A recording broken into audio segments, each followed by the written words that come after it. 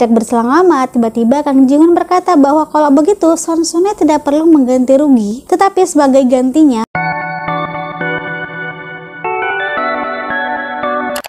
halo people, welcome back to my channel. Halo semuanya, apa kabar? Aku harap kalian dalam keadaan happy and healthy. Di video kali ini aku akan kembali mereview salah satu buku fiksi.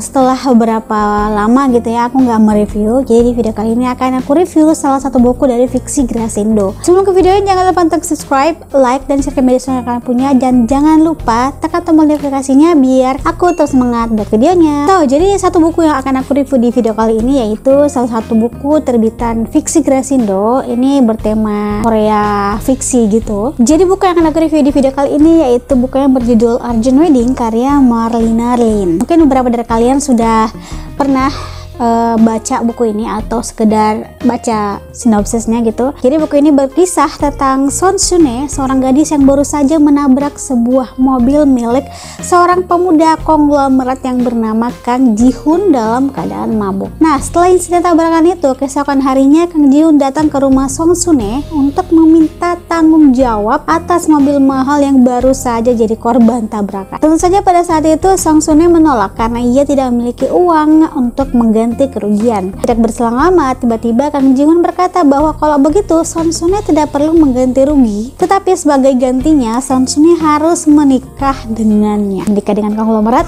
Wow, Son Sun-hye menolak pada saat itu. Ia tidak mau ide gila itu akan terwujud gitu. Jadi dia berusaha agar bisa mengganti kerugian atas mobil yang sudah ia tabrak. Akhirnya ia menelpon semua temannya yang sudah pernah dulunya ia bantu, tapi hasilnya nihil dan gak ada satupun dari teman mereka yang dapat menolong Son Sun-hye pada saat itu. Gila, ganti rugi mobil mahal sekelas Porsche itu kayak habis berapa ratus juta gitu. Mau tidak mau, akhirnya Son Sun-hye terpaksa menerima tawaran dari Kang Ji-hoon dan pernikahan mereka akan berlangsung 2 bulan lagi. Oke, kita akan mulai ke reviewnya. Aku mulai dari covernya dulu. Sesuai dengan judulnya, buku ini menceritakan tentang pernikahan dadakan, yang dimana covernya ini itu digambarkan sebagai Son Sun-hye yang sedang galau karena pernikahannya yang tidak ia inginkan. Aku juga suka dengan cover ini karena kontras warnanya yang selaras dan gak terlalu ramai gitu.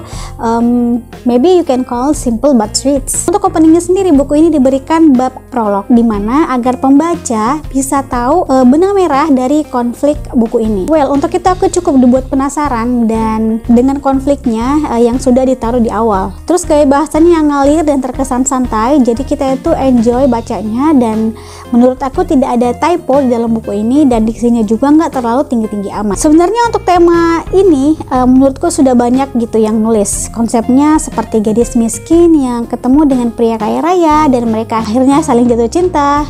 Terus sama dengan buku ini konsepnya kurang lebih seperti itu, tetapi menurutku yang membedakannya adalah dari segi konfliknya. Konfliknya ini itu punya rasa yang gak sama dengan buku-buku lain, dan kalau kalian mau baca buku ini, please jangan dulu underestimate dengan konsep atau tema yang lumayan familiar yang seperti aku sebutkan di awal, karena konflik atau benang merah dari cerita ini itu jauh dari apa yang kita pikirkan. Seorang gadis yang tiba-tiba dilamar sama pria kaya raya, pasti dari kalian berpikir bahwa kok segampang itu. Bukannya biasanya anak kaya raya itu dijodohkan juga dengan anak kaya raya, ya semacam sederajat lah gitu ya. Aku juga mikirnya kayak gitu. Nah, ternyata orang tua dari Kang Ji-hoon dan Son Sun-hye ini itu dulunya adalah sahabatan. Jadi kedua belah pihak, kedua orang tuanya itu setuju-setuju aja, walaupun awalnya tetap si Kang Ji-hoon ini dijodohkan begitu. Nah, baru dari sini itu konfliknya mulai naik. Untuk buku dengan tema romance ini, aku rasa aku sudah begitu suka dengan cerita ini dan konflik dari buku ini gitu.